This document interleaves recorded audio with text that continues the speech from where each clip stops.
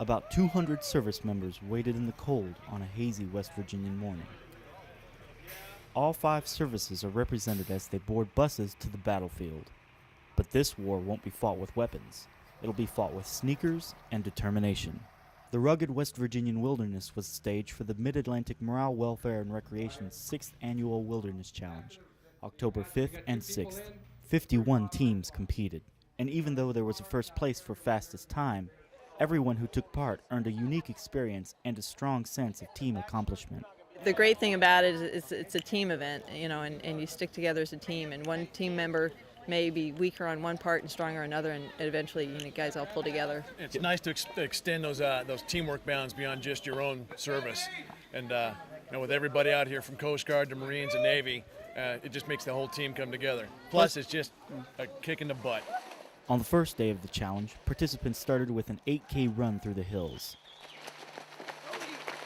Afterwards, it was on to the rafts for some whitewater action. And the whitewater rafting was fun at first, like going through the waves, but then towards the end, it just felt like we were putting so much energy into paddling, and all these teams were passing us, and it was really frustrating. The second day was much tougher. Participants had to begin the day with a 14-mile bike ride through some hazardous backwoods trails. There was a lot of upsets on the bike race. A lot of teams that were up there ended up, wheels broken, shocks lost their pressure. Everything that could go wrong did go wrong. So, there's a lot of upsets. Teams that just happened to make it out there with all their bikes and all their limbs ended up doing better than, So it was almost good to kind of slow down and take your time on that, because if you bailed, you got hurt. I saw there was some kid, he was getting rocks picked out of his knee. After the bikes were traded in for bandages, it was time for the Ducky race. The Ducky is a 2-man raft that can be a challenge to control.